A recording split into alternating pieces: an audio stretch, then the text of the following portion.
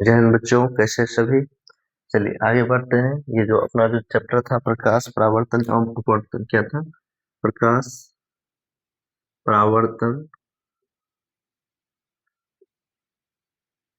एवं अपवर्तन।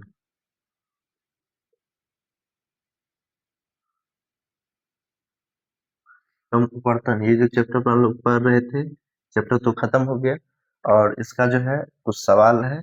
ये जो चैप्टर के अंदर जो सवाल रहते हैं एनसीईआरटी में, तो ये वाली है। जैसे पेज नंबर 10 पे आपको ये सवाल मिलेंगे 4 ठो, फिर पेज नंबर 13 पे, फिर इसी तरह आगे थोड़ा और है। तो उसके बाद चैप्टर का कुछ सवाल है, ऑब्जेक्टिव है, वो करेंगे, ठीक। और चैप्टर तो खत्म हो गया था। बस चैप्टर में थोड़ा चीज समझ लीजिए कि वो जो जिस लेंस की क्षमता बताए थे, तो मान लीजिए कि लेंस की क्षमता, मान लीजिए कोई बड़ा जो दूरबीन, कुछ बड़ा जो कुछ बनता है, दूरबीन वगैरह कुछ बनता है, उसमें जो लेंस का जो उपयोग होता है, ठीक। तो उसमें मान लीजिए लेंस की क्षमता, बहुत सारा लेंस है, ठीक। तो मान लीजिए लेंस की क्षमता, मान लीजिए चार चार लेंस, मान लीजिए 4 लेंस है, ठीक। जिनकी क्षमता जिनकी क्षमता कितना है? P1, P1, P2, P3, P4, इस तरह से, ठीक।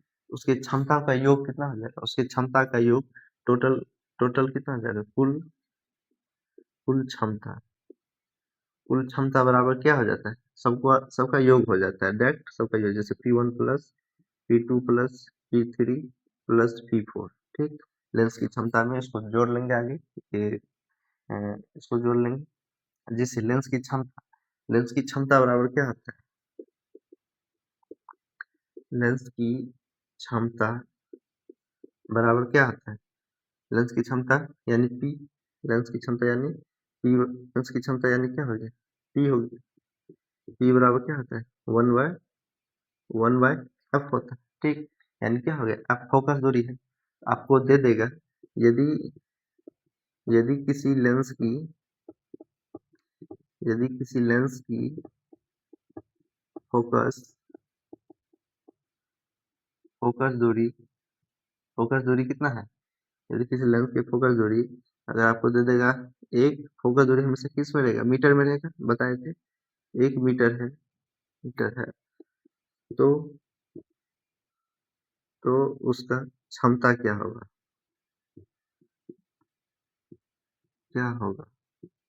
हम्म, तो P बराबर कितना हो जाएगा? 1/f। एफ कितना है? 1 मीटर है। 1 मीटर, 1 मीटर यानी 1/1 यानी 1 ही रह गया, बराबर 1। अब P हो गया ना, P हो गया, क्या हो गया? P यानी क्षमता, तो उसको डायप्टर डी लिखते हैं, 1 डायप्टर आंसर हो जाएगा, ठीक। और वही उल्टा दे दे, किसी लेंस का डायप्टर, किसी लेंस का जो क्षमता, ये क्वेश्चन दे देगा। मान लीजिए मान लीजिए इसका क्षमता कितना है? मान लीजिए आपको क्षमता दे देगा 0.50, 0 पॉइंट कितना है? 50 डी है। तो कहेगा इसका फोकस क्या होगा? फोकस बराबर वाट, समझ गए? मतलब फोकस क्या होगा, ठीक। इसको इस पे बैठाएंगे तो P बराबर आप जानते हैं 1/f होता है। तो P आपको कितना हो गया? 0.50 बराबर 1/f। पॉइंट उड़ाएंगे तो बट्टे में 1, पॉइंट के बाद 2 अंक, 2 जीरो, हो गया। अब ये हो गया कितना? 50, नीचे 100, 50 × 50, 50 × 2 = 100, हो गया। तो आप क्रॉस मल्टीप्लीकेशन हो जाएगा कि कितना हो गया? 1/2 बराबर 1/f, हो गया ना। अब क्रॉस हो जाएगा तो एफ बराबर 2, एफ बराबर 2। 2 क्या?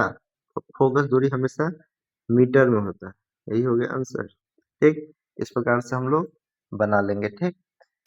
और फोकस दूरी ये हो गया, ये हो गया 2 मीटर, ये हो गया, निकाल लिए। यहाँ पे डायप्टर में क्षमता निकल गया, यहाँ पे क्षमता दिया था तो फोकस निकल गया, लिए उतार लेंगे।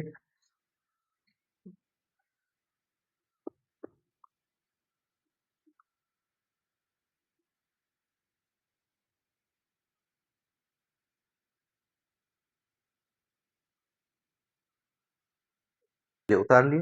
देख लीजिए इसमें क्या होता है, जैसे अगर प्लस में, अगर लेंस की क्षमता यदि, नोट लिख लेंगे, नोट, यदि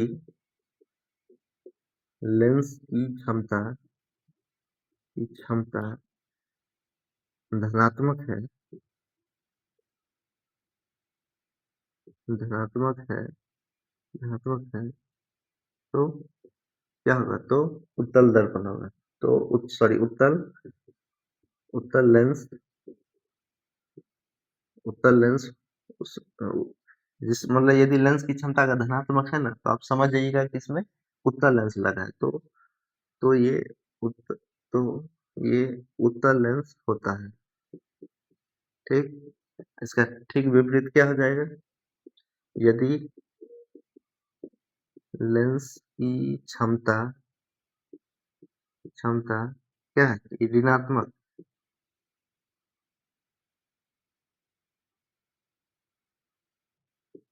ऋणात्मक ऋणात्मक है, तो ये अवतल लेंस हो जाएगा। ठीक, अवतल लेंस होगा, जिसकी क्षमता जितनी ज्यादा वो उतना पावरफुल। ठीक, जिस लेंस की क्षमता जितनी ज्यादा होगा वो उतना पावरफुल होगा, जिसकी क्षमता जितनी कम होगी वो उतना उसका कम पावर रहेगा। ये तो नॉर्मल बात है। ठीक, प्लस होने का मतलब हो गया ये उत्तल लेंस, और माइनस होने का ऋणात्मक यानी माइनस, माइनस होने का मतलब ये अवतल लेंस है। ठीक, चलिए अब हम लोग प्रश्न पे चलते हैं।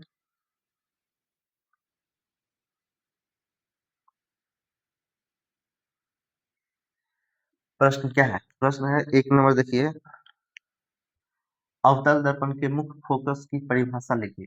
अवतल दर्पण पढ़े थे, अवतल दर्पण मतलब दिमाग में अब आ जाना चाहिए, इतना तो आप लोग समझ गए होइएगा। अवतल दर्पण मतलब ये हो गया, ये मुख्य फोकस हो गया। इसमें क्या होता था? मुख्य फोकस के समानांतर किरण जाती थी, फोकस से क्या होता था? गुजरती थी। जैसे यहाँ से गई, कहाँ से गुजरेगी? फोकस से गुजरेगी। हम्म, होता था ना, यही ना फोकस बनाता था, तो यही लिखेंगे। अवतल क्या कहता है?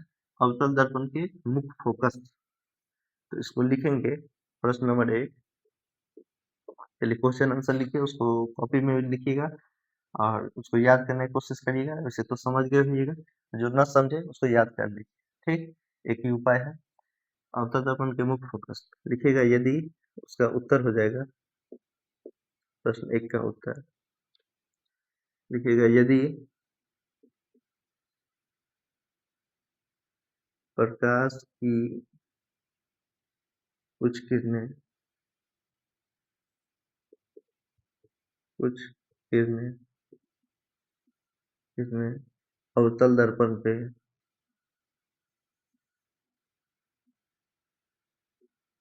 अवतल दर्पण पर क्या होती है? आपतित होती है, आपतित होती है, और और परावर्तित परावर्तित होकर होकर जिस जिस एक बिंदु एक बिंदु पर सभी किरणें सभी किरणें मिलती हैं मिलती हैं जिस देखिए, कुछ किरणें मान लीजिए यहाँ से गया, यहाँ गया, और किरण जाती है यहाँ पे आती, और किरण जाती यहाँ पे आती, तो ये भी गया। ठीक, ये भी कहाँ मिलेगा? फोकस पे। यहाँ से भी गया, तो ये भी कहाँ मिलेगा? फोकस पे। सब कहाँ पे मिलेगा? फोकस पे ही। तो सभी किरणें जाती है और आपतित होती है और परावर्तित होकर, यानी परावर्तित मतलब लौटने के पश्चात जिस एक बिंदु पे, सब एक बिंदु पर मिलती है ना, पर सभी किरणें मिलती है या प्रतिच्छेद करती है, मिलती है या प्रतिच्छेद करती है,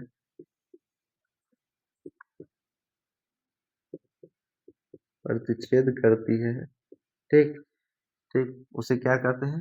छेद करती है। उसे अवतल दर्पण का अवतल दर्पण का क्या कहते हैं? वो मुख्य मुख्य फोकस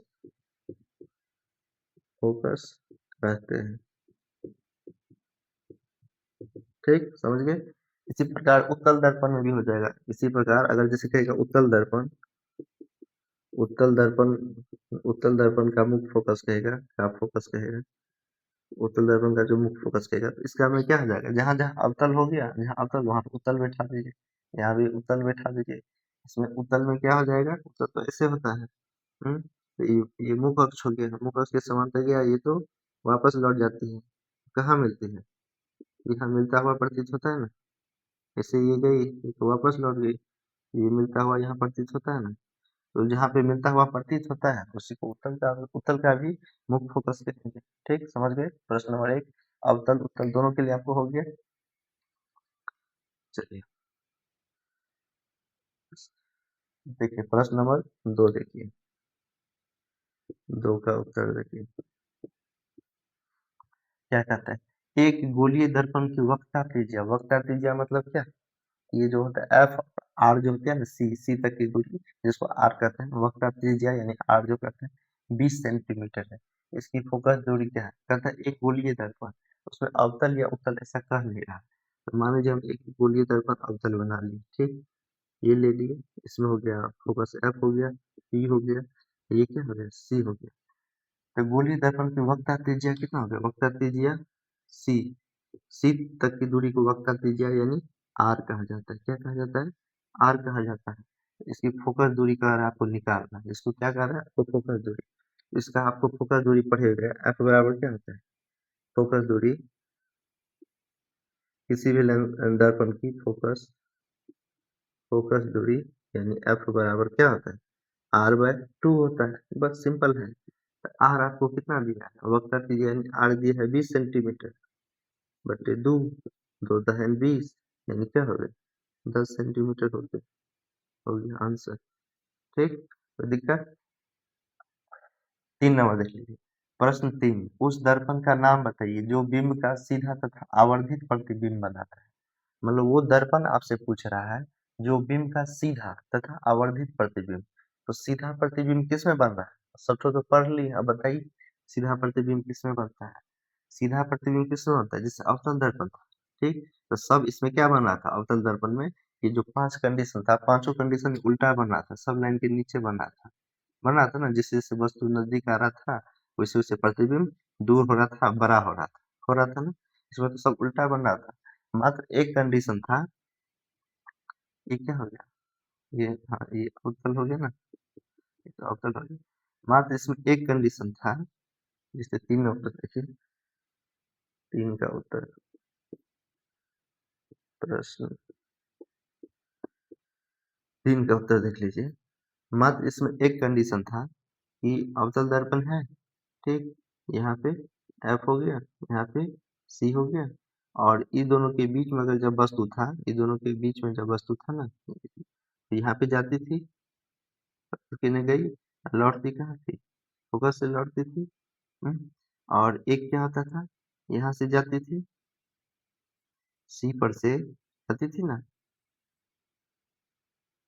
जाती थी, तो जो सी वक्ता केंद्र से जाती है, वो तो वक्ता केंद्र से ही लौट जाती है। तो वो दोनों कहाँ होता था, क्या कहता है,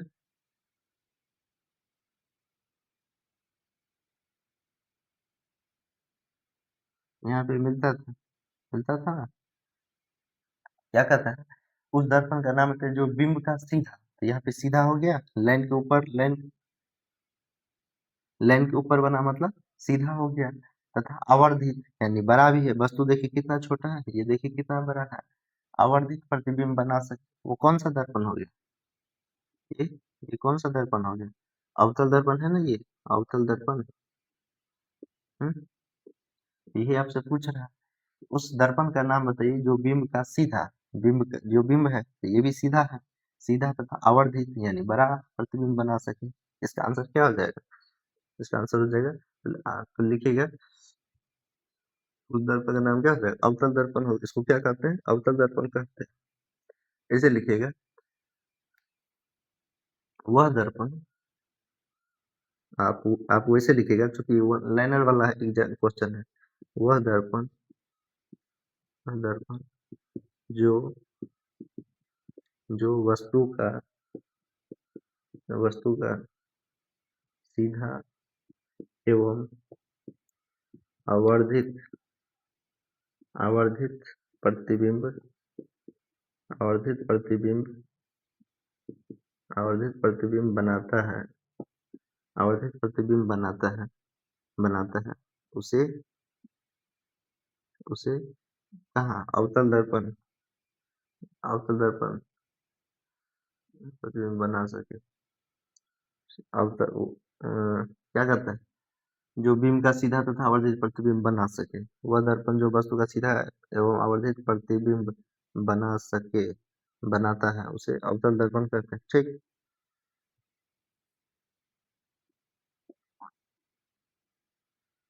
कहते हैं। समझ गए? सो पॉज करके लिख लेना है। ठीक, अब चलिए हम लोग 3 नंबर तक हो गया और 4, 5, 6 पे चलते हैं। इसको मिटाते हैं।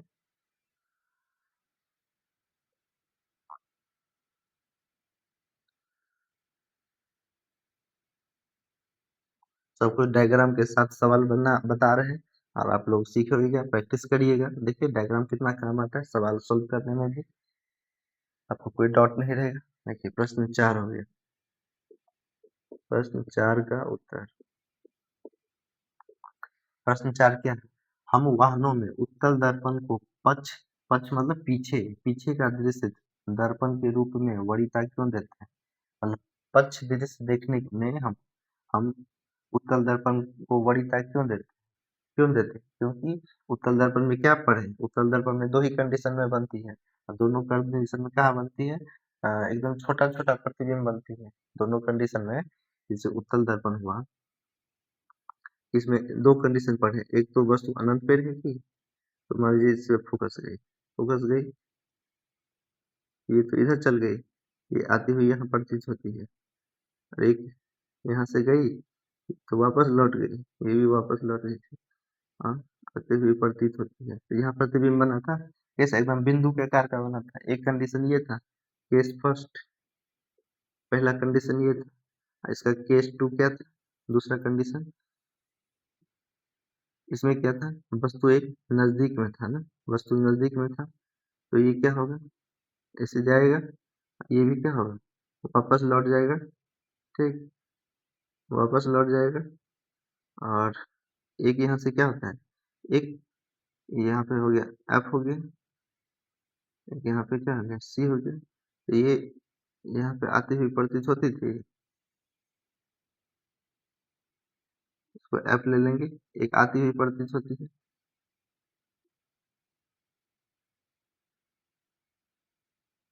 क्या? आती हुई प्रतीत होगी। दोनों कहाँ? यहाँ पे करता था, यहाँ पे करता था, तो इसका प्रतिबिंब यहाँ पे सीधा बन जाता था। ये थोड़ा छोटा, थोड़ा मतलब इससे क्या हो, एकदम बिंदु के आकार का, ये थोड़ा बड़ा होता था, लेकिन वस्तु से दोनों क्या है, छोटा है ना। इसीलिए हम लोग उत्तल दर्पण का उपयोग करते हैं। इसमें 2 ही कंडीशन में प्रतिबिंब बनता है, दोनों कंडीशन में वस्तु से क्या बनाता है, छोटा बनाता है। तो जब छोटा बनाता है, तो जैसे हम बाइक पे हैं, जैसे आप बाइक पे सवार हैं, ठीक? जैसे आप बाइक पे सवार हैं, ठीक? आप बाइक पे सवार हैं, ये इसका क्या निकला है, दर्पण निकला है। तो दर्पण में जो है ना, पीछे का चीज आपको दिखाई देगा। हमारे जो पीछे में पेड़ है, कुछ है, तो ये दिखाई देगा। क्यों दिखाई देगा? क्योंकि ये जो है ना, इसका काम क्या है, बस प्रतिबिंब को छोटा करके दिखाना। ठीक, यही कहा है। हम उत्तल दर्पण को पक्ष दर्पण के रूप में वरीयता क्यों देते हैं? तो लिखेंगे, हम वाहनों में हम वाहनों में पक्ष दृश्य पक्ष दृश्य पक्ष दृश्य के रूप में पक्ष पक्ष दृश्य दर्पण के रूप में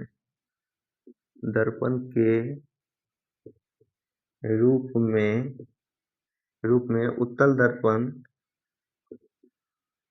दर्पण का वरीयता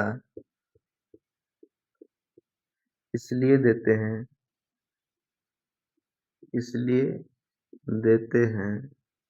देते हैं क्योंकि यह प्रतिबिंब को को छोटा करके दिखाता है, छोटा करके दिखाता है। ठीक, यदि प्रतिबिंब मान लीजिए दर्पण है छोटा सा, प्रतिबिंब मान लीजिए दर्पण है कितना, मान लीजिए दर्पण है छोटा सा और प्रतिबिंब पीछे एकदम बड़ा सा, बड़ा मतलब एकदम क्या हो,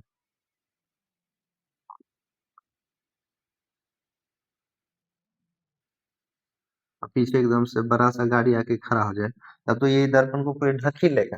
फिर इसके अलावा जो दूसरी गाड़ी होगी दिखाई देगी, दूसरी तीसरी कुछ दिखाई देगी, नहीं देगी।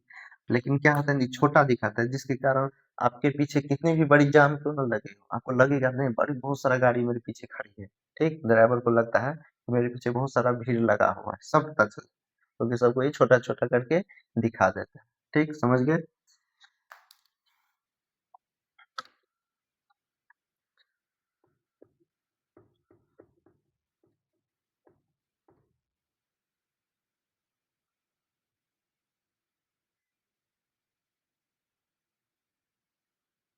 देखिए, अब पेज नंबर 13 का प्रश्न नंबर 1 पे चलते हैं। ठीक, पेज 13 का प्रश्न प्रश्न 1 का उत्तर हम लोग लिख रहे हैं। ठीक, देखिए क्या है, उस उत्तल दर्पण की फोकस दूरी ज्ञात कीजिए। उत्तल दर्पण, तो आप पहले एक दिमाग में डायग्राम बना लीजिए। ठीक है, उत्तल दर्पण किसको कहेंगे, जो ऐसी हो जिसका परावर्तक सतह उभड़ा हुआ हो, उठा हुआ हो। ठीक, फोकस दूरी, इसका कहता है फोकस दूरी ज्ञात कीजिए, जिसका वक्र त्रिज्या 32 है, उसका फोकस दूरी यानी यहाँ से यहाँ तक की फोकस दूरी f निकालना है, जिसकी वक्र त्रिज्या यानी c कितना है, c 32 सेंटीमीटर, यानी r बराबर कितना है, 32 सेंटीमीटर, 32 सेंटीमीटर है। ठीक, तो डायरेक्ट हो जाता है, तो f बराबर क्या होता है, r/2 होता है ना जी। इसमें क्या है, तो f हो गया आपका कितना, f निकालना है, और r हो गया 32 सेंटीमीटर बटे 2, दो एक दो, 2 16 32 बराबर कितना है, 16 सेंटीमीटर। उत्तर हो गया आंसर, यही ना निकालना था, कुछ है, कुछ नहीं। चलिए, अब क्या करते हैं, प्रश्न नंबर 2 इसका, कोई अवतल दर्पण आमने सामने, इसमें क्या कर रहा है, अवतल दर्पण ये होता है, अच्छा अवतल दर्पण पहले होता है, देखिए अवतल दर्पण आमने सामने 10 सेंटीमीटर की दूरी पर रखे किसी बिंब का 3 गुना आवर्धित वास्तविक प्रतिबिंब बनाता है, तो प्रतिबिंब दर्पण से कितनी दूरी पर है। चलिए इसको मिटाए,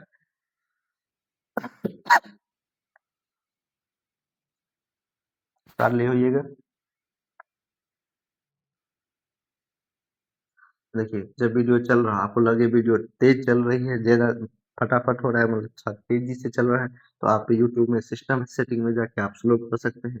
अगर आपको लगे आपके अपेक्षा अगर वीडियो स्लो चल रही है, तो आप उसको थोड़ा सावा 1.25 या 1.50 करके देख सकते हैं। अगर मान लीजिए आपका टॉपिक अच्छा है लेकिन देखना है, आपको अच्छा लग रहा है, आपको उसमें कुछ सीखने को मिल रहा है, थोड़ा स्पीड बढ़ा लेंगे ना, लेकिन आपको देखना भी है या नहीं, नॉर्मल स्पीड में देखिए और अच्छा सब कुछ बारीकी से समझिएगा, सब पे ध्यान जाता है। फटाफट देखने से कुछ निकल गया, कुछ पे आप ध्यान नहीं जाएगा। कोई अवतल दर्पण आमने सामने 10 सेंटीमीटर की दूरी पर रखे किसी बिंब का, मतलब अवतल दर्पण है। प्रश्न संख्या 2, प्रश्न 2 कितना है, पेज नंबर 13 का है, पेज नंबर कितना है, ये 13 का है, उसका हमको उत्तर लिखना है। देखिए अवतल दर्पण, तो दिमाग में बनाइए अवतल दर्पण। ठीक, बना लिए अवतल दर्पण, आमने सामने 10 सेंटीमीटर की दूरी पर रखे किसी बिंब, यानी बिंब जो है ना 10 सेंटीमीटर की दूरी पर है, तो बिंब हमेशा बाएं तरफ होगा। 10 सेंटीमीटर की दूरी पर, मान लीजिए यहाँ पे क्या रखा है, बिंब है, इसकी दूरी कितना है, 10 सेंटीमीटर, यानी यू, जो बिंब की दूरी को क्या कहते हैं, यू, यू बराबर 10 सेंटीमीटर। और एक चीज ये कितना है, इसको एक्स वाई ग्राफ में बनाएंगे, ये हो गया वाई, ये हो गया एक्स, तो किधर हो गया, बाएं तरफ हो गया, इधर होता है प्लस में होता है X, X dash, Y, Y dash, इधर क्या होता है माइनस में, इसको माइनस में, इसका विशेष ध्यान रखेंगे, नहीं तो सवाल आपका गलती हो जाएगा। ठीक, बिंब का 3 गुना आवर्धित, आवर्धन यानी एम क्या बताता है, आवर्धन 3 गुना, कितना है, ये 3 गुना, ठीक, 3 गुना बनाता है। आवर्धित वास्तविक प्रतिबिंब बनाता है। वास्तविक मतलब किधर हो गया? वास्तविक मतलब आपका जो वास्तविक इस तरह बनता है, दाएं साइड बनता है, दाएं साइड बनता है। प्रतिबिंब दर्पण से कितनी दूरी पर? तो कहता है u यहाँ है, तो प्रतिबिंब कितनी दूरी पे बनता है? ठीक। अच्छा, तो आपको बताए थे ना m बराबर क्या आता है? m यानी आवर्धन, ये क्या हुआ? आवर्धन हुआ ना। तो आवर्धन बराबर कितना होता है? आवर्धन यानी m बराबर सूत्र होता है माइनस, दर्पण में होता है माइनस v बटे यू, फिर वहीं पे लेंस में हो जाता है, लेंस में हो जाता है, लेंस में क्या हो जाता है? m बराबर सिर्फ v बटे यू होता है। लेंस में क्या होता है? प्लस होता है v बटे यू, और दर्पण में माइनस v बटे यू। यही कंफ्यूजन आपको करेगा, तो इसको ध्यान रखिएगा। लेंस वाला प्लस होता है, ये माइनस होता है। तो आवर्धन कितना है? देखिए यहाँ पे आवर्धन दे दिया है 3 गुना, 3 ले लेंगे, ठीक। और वास्तविक प्रतिबिंब यानी दाएं साइड, यानी ये क्या है? प्लस में है, तो प्लस लेने का कोई जरूरत नहीं है। और आपको माइनस है, माइनस सूत्र का ये क्या है? फॉर्मूले का संकेत है माइनस। और भी आपको क्या निकालना है? प्रतिबिंब निकालना है। प्रतिबिंब, प्रतिबिंब यानी v बराबर वाट, यानी निकालना है। आप v निकालना है तो v को ऐसे ही रहने दीजिए। u आपको कहाँ दिया है? 10 दिया है।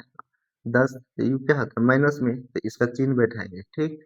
अब देखिए ये चिन्ह माइनस ऊपर में है और ये नीचे में है, तो माइनस माइनस कट जाएगा, दोनों खत्म हो गया। तो इसका बट्टा में नहीं कुछ है तो एक है, तो अब इसका क्रॉस मल्टीप्लीकेशन हो जाएगा, नहीं हो जाएगा? ये 10 दिया 30, अब भी का भी, यानी इसीलिए v बराबर 10 दिया 30 क्या? सेंटीमीटर, तो ये भी सेंटीमीटर। यानी प्रतिबिंब कित कहाँ हो जाएगा? यहाँ से 30 सेंटीमीटर, 30 सेंटीमीटर दूरी पे वास्तविक है, तो प्रतिबिंब यहाँ बने, ठीक। ऐसे 3 गुना, ये इतना बड़ा है ना, तो इसे 3 गुना बन जाए, ठीक। समझ गए? तो प्रश्न नंबर 2 भी हो गया, इतना हो गया। और फिर कल हम लोग अगली क्लास में फिर इससे आगे का सवाल लेकर फिर उसको हम लोग आगे बनाएंगे, ठीक। चलिए धन्यवाद। देखिए वीडियो को अच्छा लगता है उसको समझने का कोशिश करिए, इसको अपने साथी में दोस्तों में शेयर करिए, लाइक करिए, सब्सक्राइब करिए, ताकि मनोबल बढ़े हमारा भी, और हम और भी अच्छी तरीका से आपके सामने प्रस्तुत करें ये सब अच्छा से और पढ़ाएं, ठीक। चलिए धन्यवाद। 2027 में एकदम जम के एग्जाम देना है और अच्छे नंबर से क्वालिफाई करना है। एग्जाम तो बात की बात है, मेन आपको ना सीखना चाहिए, ठीक। सीखने की ललक होनी चाहिए, हम सीखना चाहिए। सीखिएगा ना, वो सब दिन आपको काम देगा। एग्जाम तो एग्जाम दिए पास हो गए, फिर उसके बाद आपको इंटर पढ़िएगा, ग्रेजुएशन पढ़िएगा, कंपटीशन एग्जाम में आइएगा, तो हर जगह ये काम देगा, ठीक। मेन सीखने की ललक रखिए। 10वां का परीक्षा क्या है? कोई कोई मतलब नहीं है। मतलब ये है बस, फर्स्ट डिवीजन हो गए, थोड़ा ठीक ठाक मार्क रहा तो हो गया। और जैसे नेवी आर्मी सबका फॉर्म भरिएगा, कुछ फॉर्म्स होता है नेवी एयरफोर्स सबका, उसमें फिर परसेंटेज देखा जाता है, तो उसके लिए मेहनत करिए। अगर आपको नेवी आर्मी सब में जाना है, अच्छा नंबर, वैसे जितना अच्छा नंबर रहेगा उतना अच्छा आपको कॉलेज मिलेगा, यूनिवर्सिटी मिलेगा, ठीक। यहाँ पे मायने रखता है। और नॉलेज के लिए क्या है? नॉलेज के लिए नंबर थोड़ी ना मायने रखता है, नॉलेज अपने आप में होना चाहिए। जितना हम नॉलेज रहेगा उतनी अच्छी बात है। साथ में नंबर नंबर इसलिए ज़रूरी है क्योंकि उनको अच्छा यूनिवर्सिटी, अच्छा कॉलेज मिले, ठीक। चलिए धन्यवाद, जय हिंद।